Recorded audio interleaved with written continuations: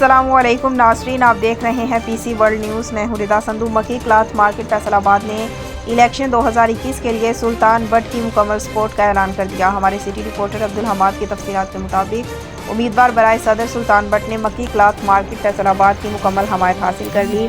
मक्की cloth market के ताजरान शेख ज़ीशान महर यूसुफ हाजी इलियास मोहम्मद इमरान शेख मोहम्मद हसन मोहम्मद अली और शेख मोहम्मद वलीद ने उम्मीदवार बराए सदर cloth market Faisalabad Sultan but और उनके ग्रुप का पुरजोश इस्तकबाल किया और उनकी मुकम्मल हमायत का ऐलान कर दिया। सुल्तान बट का कहना था कि अगर आप ताजरों ने साथ दिया तो 23 मार्च मक्की क्लॉथ मार्केट फैसलाबाद के ताजरों की आज़ादी का दिन होगा और हम इन ब्रोकरों को मार्केट से बाहर फेंक देंगे। मज़ीद शेख ज़ीशान ने पीसी वर्ल्ड न्यूज़ से बात करते हुए क्या कहा, आइए देखते हैं।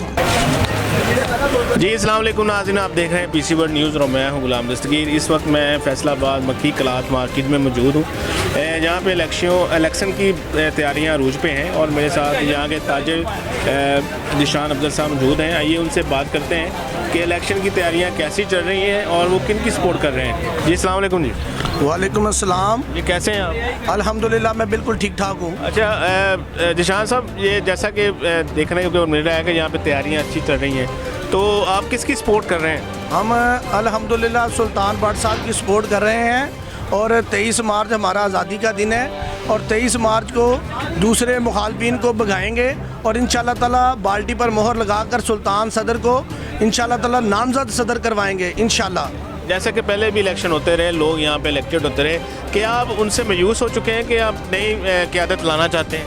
17 साल से हमारी मक्की मार्केट का कोई भी एक काम नहीं हो रहा। यहाँ का सिक्योरिटी निज़ाम बिल्कुल फारिग है, यहाँ की सबीलें 17 साल से बंद हैं, 1% का कोई काम नहीं हो रहा।